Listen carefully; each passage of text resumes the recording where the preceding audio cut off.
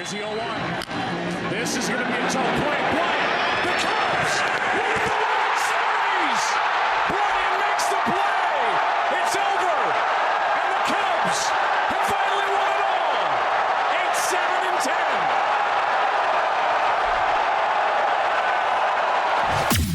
8-7-10. Welcome to Club 120. The ultimate roundtable for diehard Cubs fans and lovers of all things sports and lifestyle. Strike three, you're out. Hosted by Neil and Nate, two former baseball players and coaches turned loud mouths with strong opinions and even stronger banner.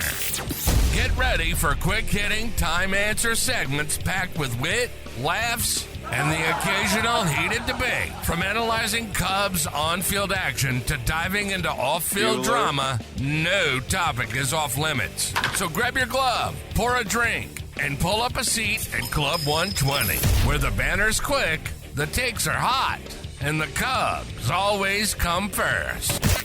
Let's get started. Play ball. Hello, Cubs friends. It's 120. You know what that means. It's time to grab an old style and a bleacher seat. You're in Club 120. Let's talk Cubs. I'm Nate, and with me, as always, is a man who knows you can never have too many ginger kids in one clubhouse. Neil, what's on today's lineup card?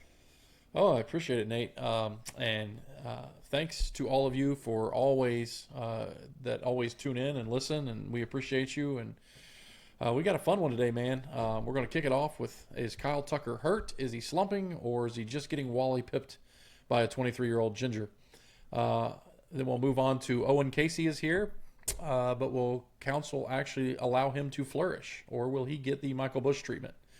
We'll talk about whether this Cubs offense is a bunch of sexy sluggers or gritty grinders. Then we'll check in on Cade Horton, who's looking like a rock-solid number 3 starter for the Cubs down the stretch. And then we'll dive into a new theory that we have regarding Tom Ricketts and his master plan. Is this a smart business move or just a status quo lack of commitment from the front office with basically no one under contract after 2026? And, of course, we'll wrap it all up with our topic of the week. Are the Cubs really grooving for a big finish or just teasing us once again? So that's what we have on tap. Let's get it started, man. Who's going to tell him? Is it? Well, you said that. You said that yesterday. So I was like, man, there's a lot of ways we could go with this, but I have a feeling. So why don't you tell our friends here what you meant by sending out that tweet that says, who's going to tell him? Yeah, I mean, look, I'm okay with Owen Caissie being my new right fielder. Like, I'm okay with it. I think I've arrived at this point where, all the cries for extend Kyle Tucker and all of that's died down. And I don't want to say that I was first on the scene here, but I can unequivocally say that I was pretty early in the let him walk camp. Yeah. But here's the thing, like, bottom line, is he hurt? Is he slumping? Mm-hmm. Or is he actually just going to lose this spot? We joke about Wally Pipp, but is he going to lose this spot to a 23-year-old? Well, let's get to Wally Pipp maybe later, because there's a lot of our audience that might need that explained, and that sucks that we have to do that, but that's a real thing. Being hurt is days, right? Being injured is weeks to months. So we're going on months now of his hitting not improving. So it's safe to say, from context clues here, he's injured. And we're taking months to figure this part out. Maybe he's stubborn. Maybe he wants to play Iron Man and show that he's not, wanting to be an injury-prone star that as part of his, contract coming up.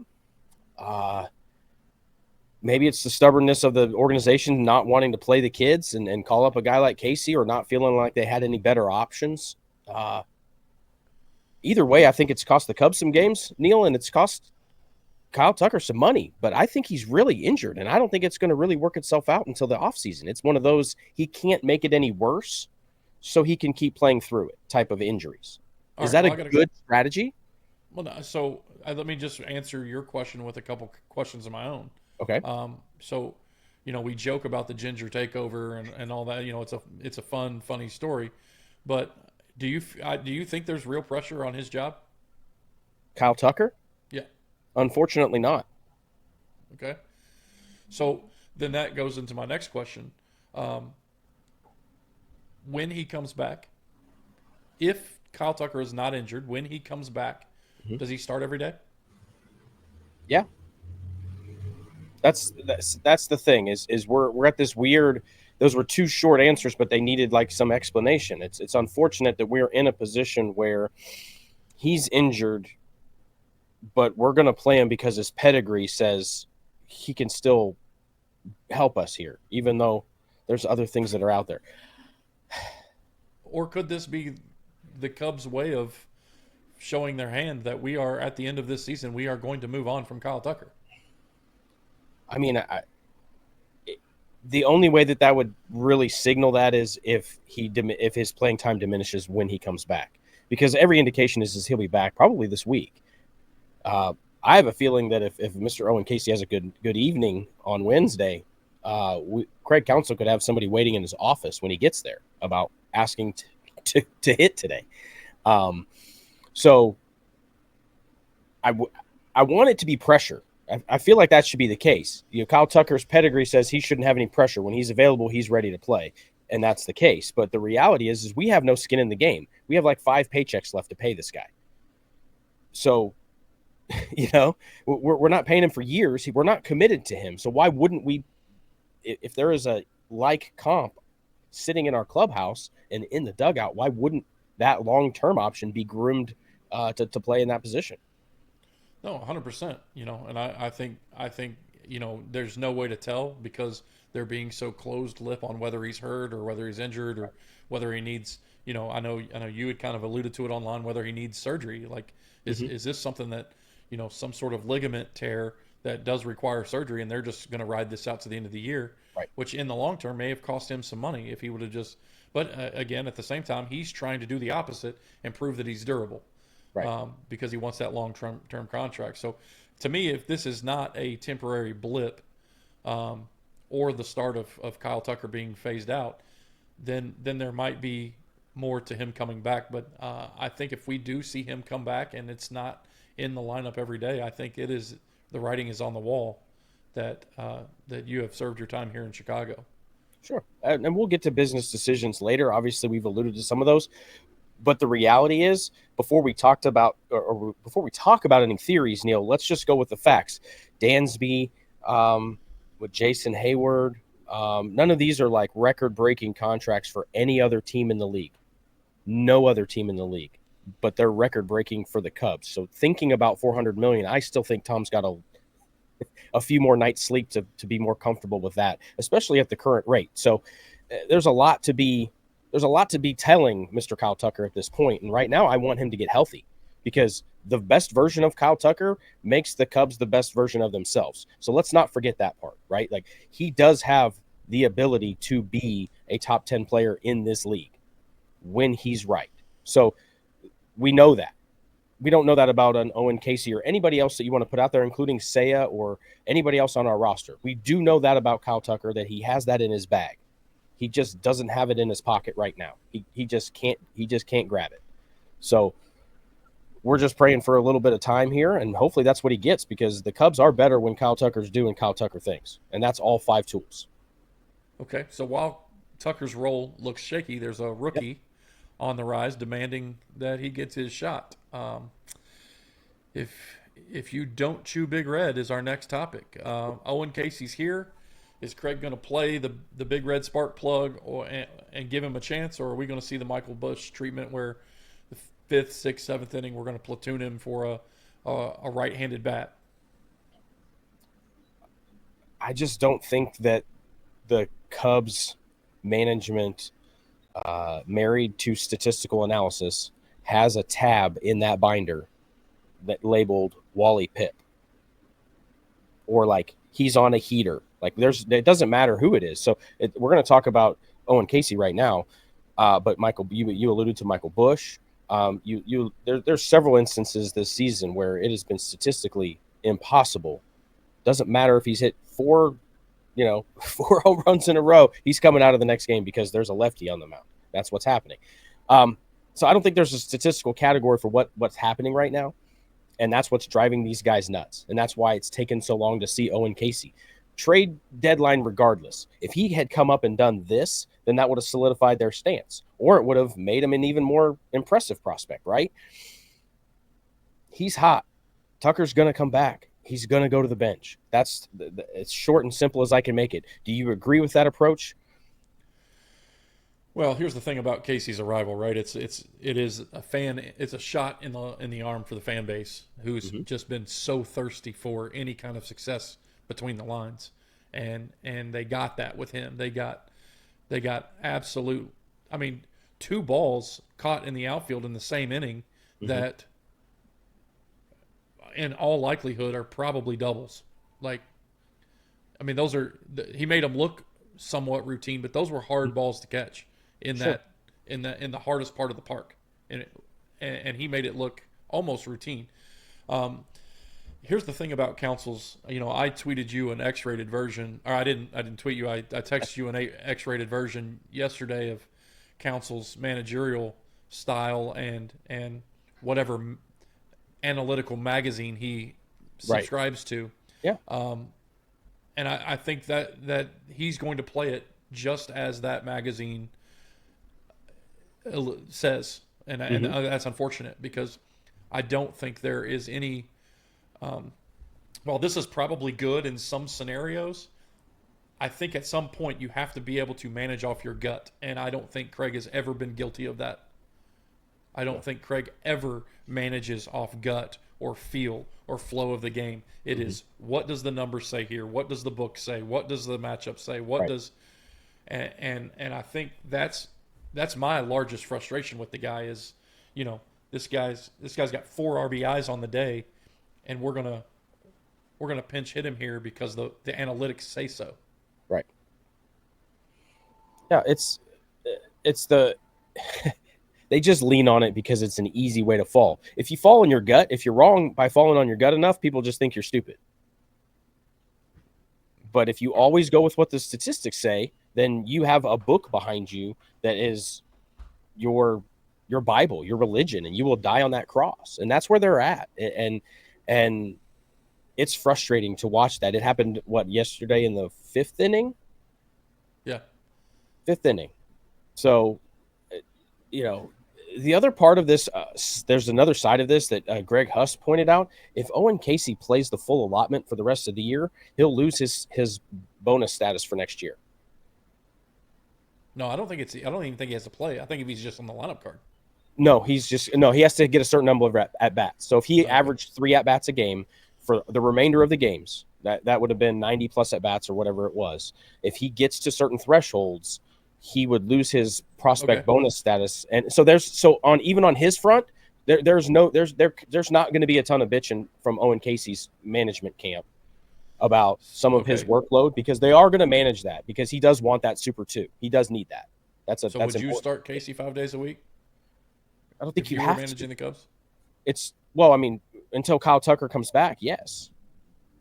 I think he gets his shot. He's proven against everybody. I mean, his first ball that he rocketed off of was Max Scherzer, folks. And since then, he's faced everybody since, except who Craig doesn't want him to. So there's that part. Okay, so to the baseline of my question, would you start him five days a week? Do you feel like this is a short-term jolt, or do you feel like he's the real deal? Well, when you watch him staying behind those balls and working the other way, it's hard not to believe that bat can stay.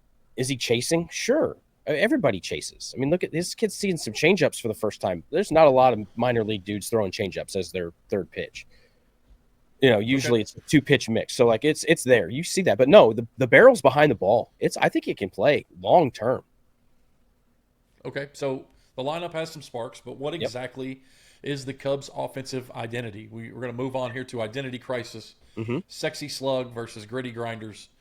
The Cubs have really a Jekyll and Hyde here. It's we've shown in the last couple days, the last week, that we can play a grinded out style and win baseball games that way. I haven't done it all year, but now Now it's like now we're trying to win them that way, Right. which is great for me. I love to see that. You know how I love that stuff.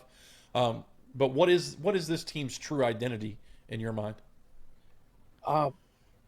Well, I think we've seen this two-headed monster play out. They just don't play well together.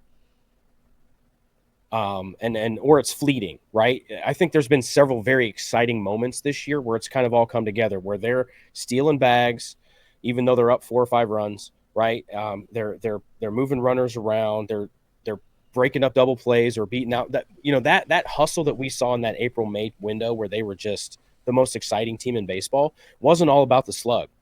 They were just out hitting teams. They were just out hitting you every single night. And yeah, a couple of them would leave the yard. That's the problem, is it's either every single player is going to try to go yak, or we're just going to grind it out. And it seems like we never get that clutch hit because it takes 3 hits now to score a run, right? And so because we're not doing the extra stuff that slug off the wall or taking an extra base mentality, those two things don't mix. Do you believe that the Cubs have the right mix that can survive an October run, whether it be weather or pitching staff that they're facing? Well, to me, I mean, that's a great question because, sluggers is obviously the long ball, the instant offense. Mm-hmm. Grinders is contact, situational execution. We don't have anybody on our roster that I've seen anyway that can consistently lay down a good bunt. Like, we don't have that. That doesn't exist for our roster. Like, every time someone squares the bunt, I'm like, gee, we're going to pop it up, or we're going to take a stab at it. We're going to throw the bat at it. Like, we must never practice that, which is, if that's going to be your identity, then I guess you don't need to work on it. But I got to be honest with you, when it comes to, as a fan, what I trust more is I trust the grinded out, gritty. Like, if we get a runner on with no outs, we're going to move the runner, and then we're going to score him. We get a double, we're going to bunt him to third. We're going to hit a fly ball. We're going to score. But that's not our identity. So, do I trust that as a Cubs fan? No, I don't. I don't. As far as the game of baseball and the way it's played, I believe in manufacturing runs.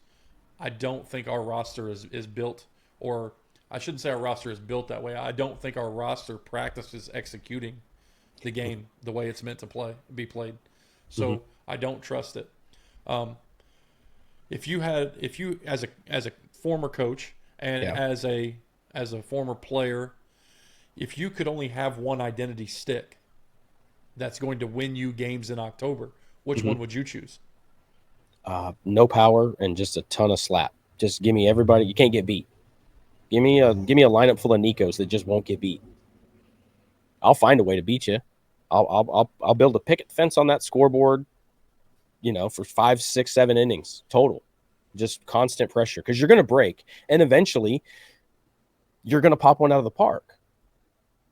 Here's a good example. Christian Yelich is actually a great example of this. They've been talking about it all week, whether it's on both broadcasts, actually, have radio and TV have brought it up. He lifts the ball at a very small percentage of the time. And like a third of the balls that he hits in the air go out of the park. But he's hitting almost 300, right? So his approach is just line drives. And when he lifts, he lifts. So I feel like we have too many guys on the other end of that, where it's all slug. And even our hitters, I'll give you a good example of that. Matt Shaw is an ambush hitter. If he hits it hard, really hard, it's the first or second pitch of the at-bat where he knows what's coming, he jumps it, and he ropes it, okay? He's not a great two-strike guy. They actually pitch around him, right? They just don't throw him strikes because he's not a great two-strike hitter yet. I think he can be, but he's a very good ambush hitter. We're either built to hit all home runs, and that's our mentality, or we either jump and ambush on first or second, and we just out-hit you so fast. That's where our problem is right now, and there is no grind in the middle. And I think that's our biggest problem, is that we don't have that, what you're pointing out, the ability to move a runner and just give up and out, simply because today that's what the game is asking me to do. No, I totally agree. So we'll go on, while our Cubs hitters are figuring who they are. The pitching staff may already have their answer. A solid number 3 is our next topic. Cade Horton has grown into a very dynamic Cubs third starter. Obviously, the blister kind of got a hold of him in this first Milwaukee game.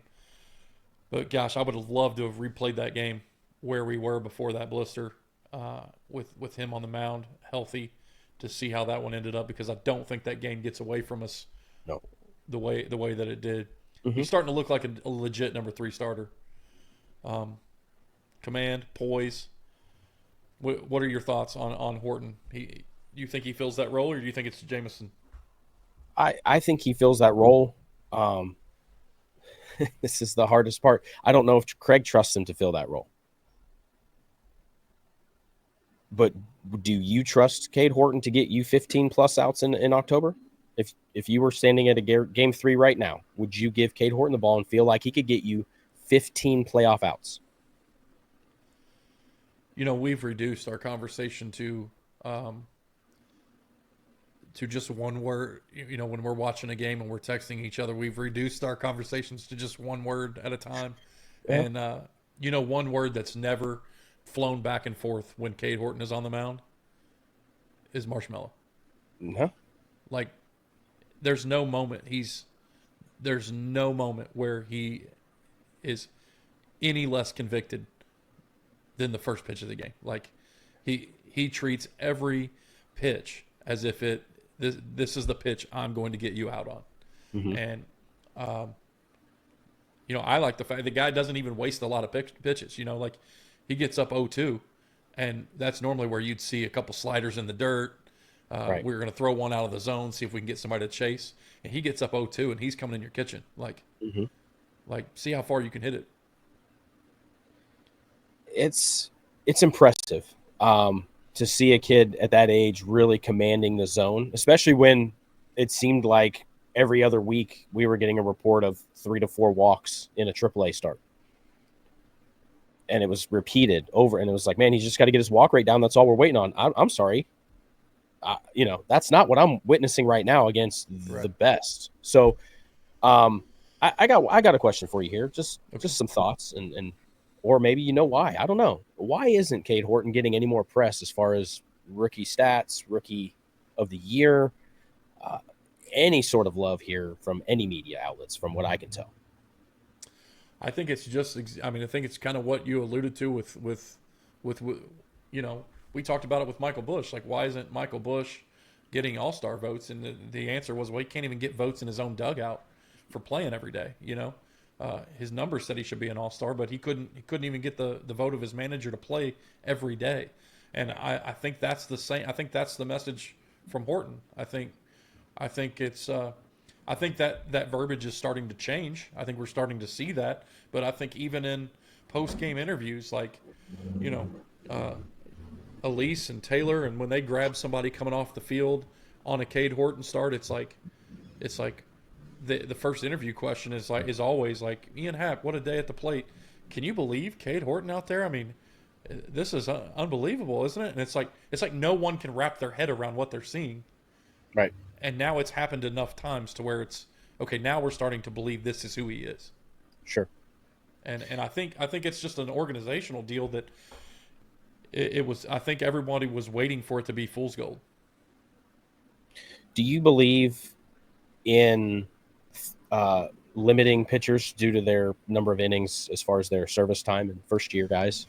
And unfortunately, I love to play the old school card a lot, but man, unfortunately, I do. I just think this kid's special, and if it means we can prolong him a 3 more years in the league by not having, the kid's, he's never thrown as many innings as he has now. Like we've already pushed his threshold. So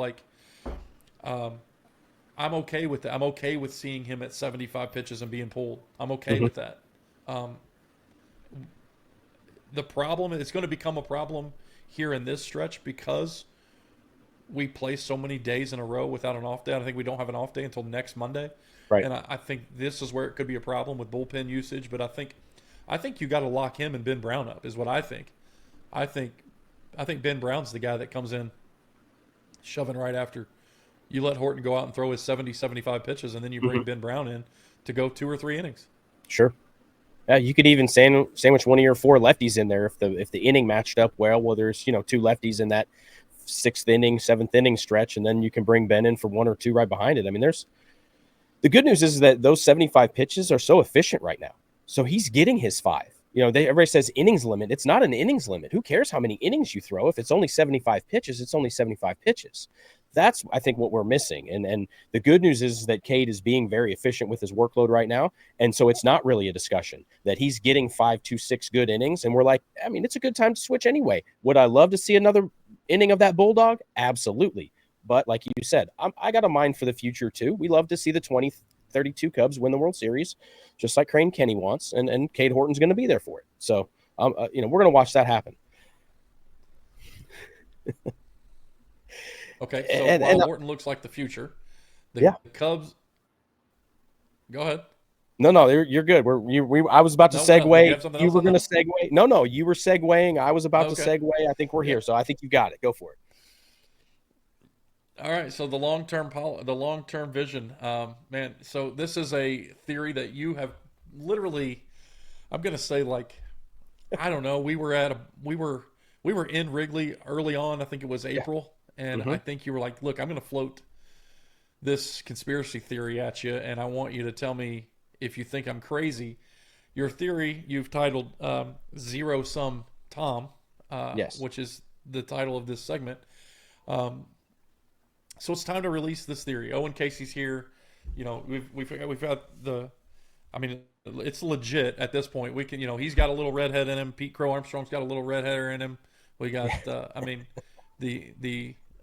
Owen Caissie. I mean, it's all the redhead takeover with Cade Horton, Owen Caissie, and PCA. Michael Bush has the red beard when he lets it go long there. So here's. I want you to explain the zero sum Tom to our audience. Sure. Well, it came out at CubsCon where Tom made the break-even comment, right? So that gets the business wheels starting, and then you start seeing the bigger picture. And the more you study this and you stop watching baseball, but you start listening to how the contracts work, and you start going down the list, and you realize that there's only one Cub under contract after next year, and his name's Dansby Swanson. Not Shota, not Justin Steele. Yes, we have rookies. There's a lot of rookie deals, but I'm saying a legit, real contract.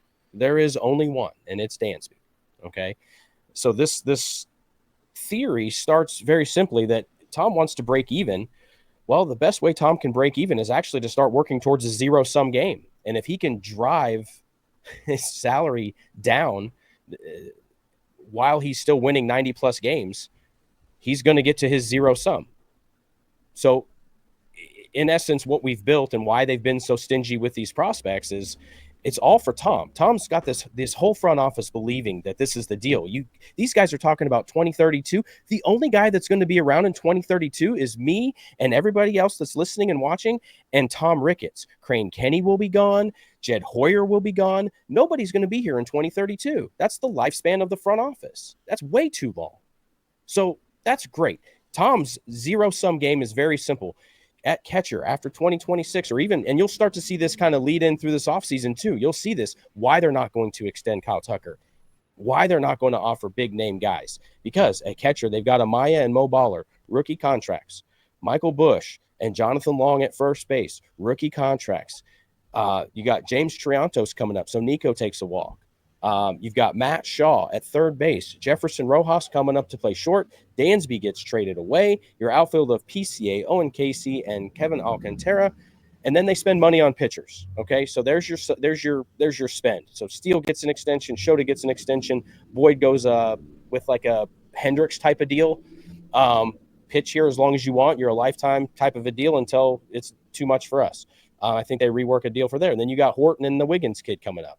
At the end of the day, that's 90% rookie deals. And I think Tom thinks he can actually win 90 games with that type of a roster in 2026/2027.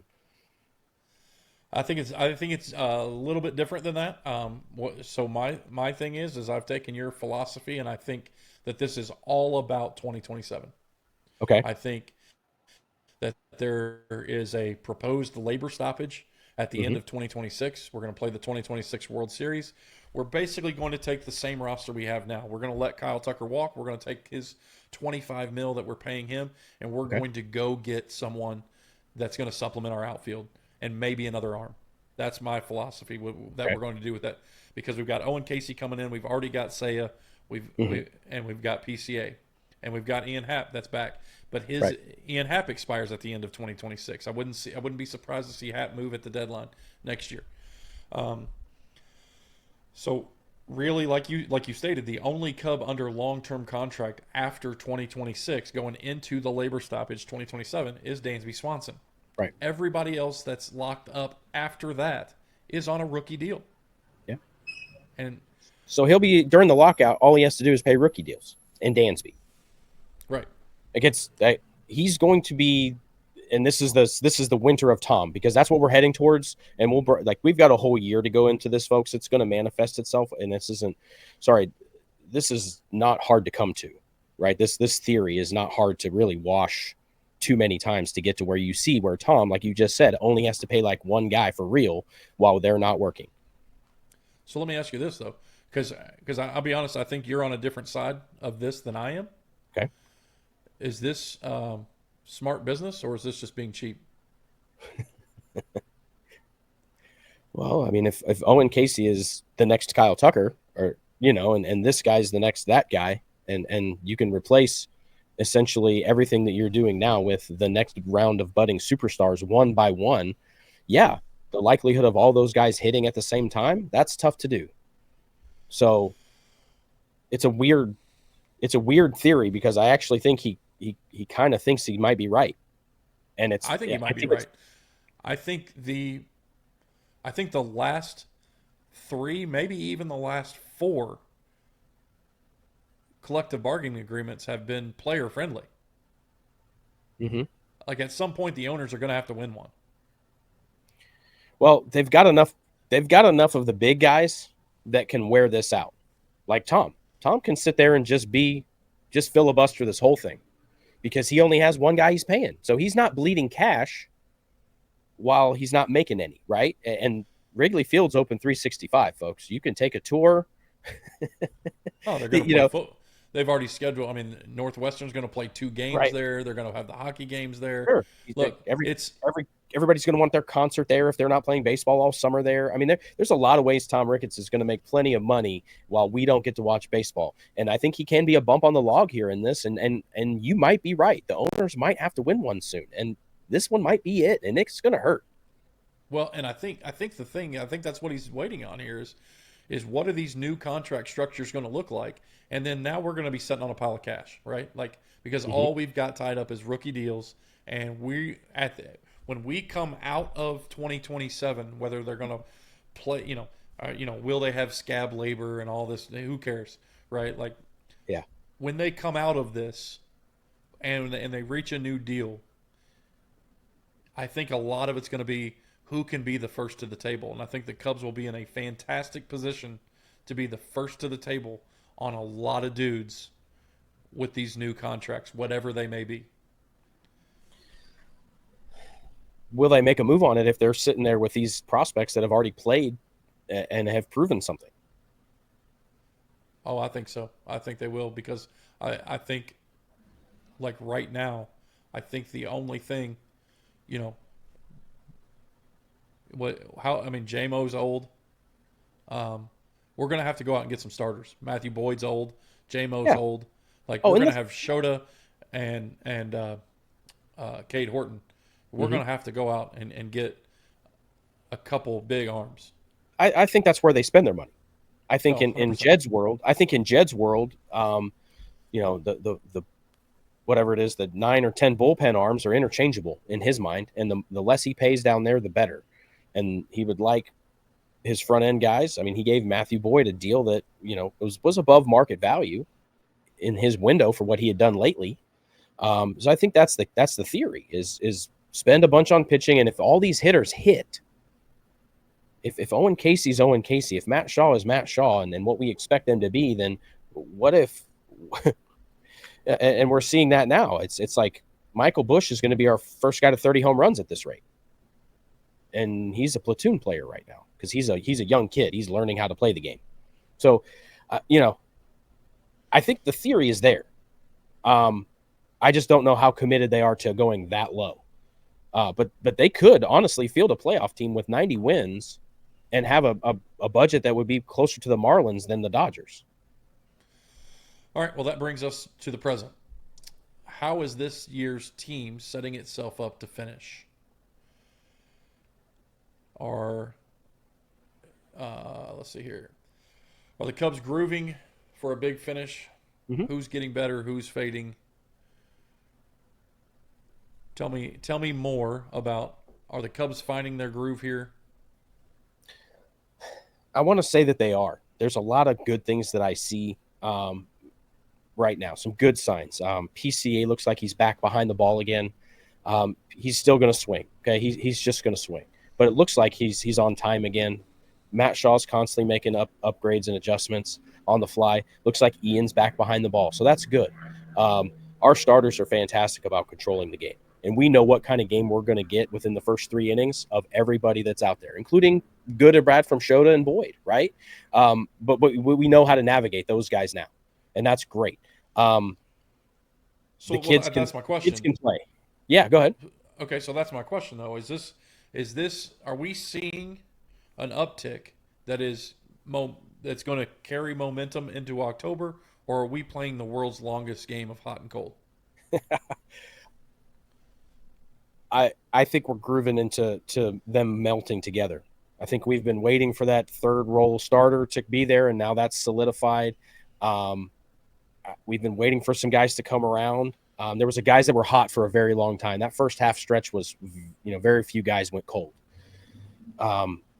Doesn't mean it should be that prolonged because they're professionals, but it happens. But yeah, I think we're melting it together right now. I think we're grooving it right. Even with Tucker and Seiya AWOL right now, honestly, they're AWOL at the plate. Tucker's on the bench, but Seiya's not giving us a ton. So outside of that and Craig doing Craig's things, yeah, we're grooving pretty good. And I hope we can just keep Craig out of the way because it seems like he just doesn't have any fun right now. And this team needs a little bit of action, and they're trying real hard, and he's just a stick in the mud. I know this isn't a topic that we put down, but I do want to take a sidebar here real quick because you said his name. I think if I'm Seiya Suzuki, I just go up there and swing as hard as I can at the first freaking 3 pitches because I think he's walking up there knowing that he's going to get screwed out of a pitch. Right. At least one. I mean, his first at bat, he got screwed out of one. Or, I mean, his second at bat. His third at bat, he got screwed. He got rung up and they didn't throw a ball in the zone. Well, I told you all was right in the world. We had that inning where, I tweeted that out that, we get a crooked number and the inning is ended on the next pitch type of thing. But yeah, Seiya's getting screwed again at the plate. So yeah, the Cubs are back in order, bud, and that's okay. But you're right.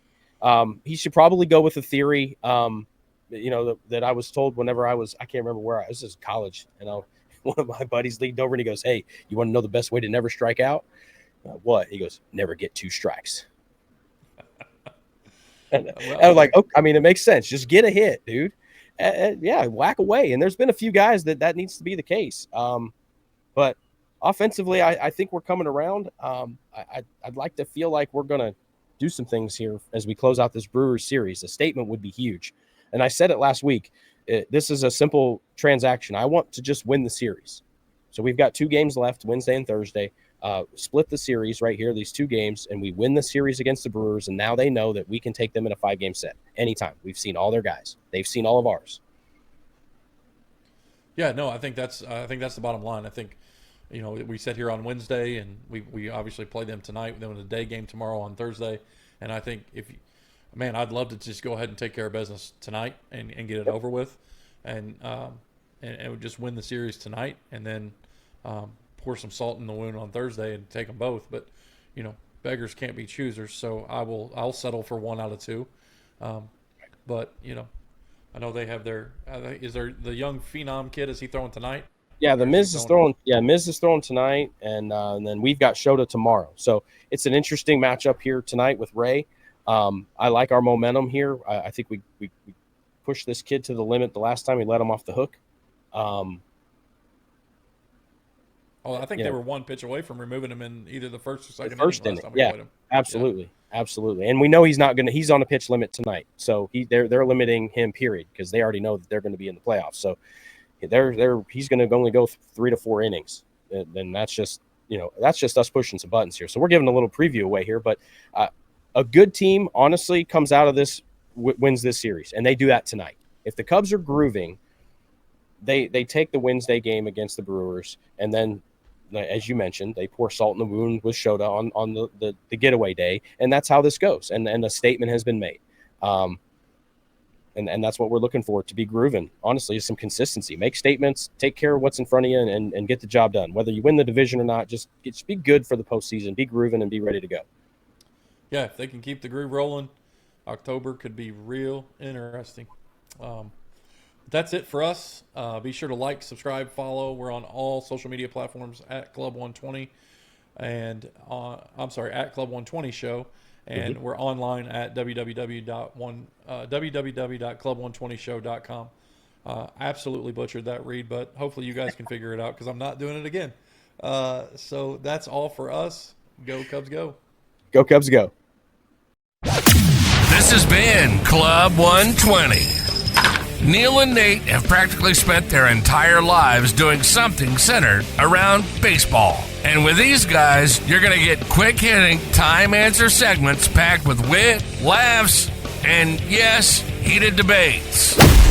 We hope you enjoyed the show. If you did, make sure to like, rate, and review. We'll be back soon. But in the meantime, you can find us on all social media platforms at Club 120 Show.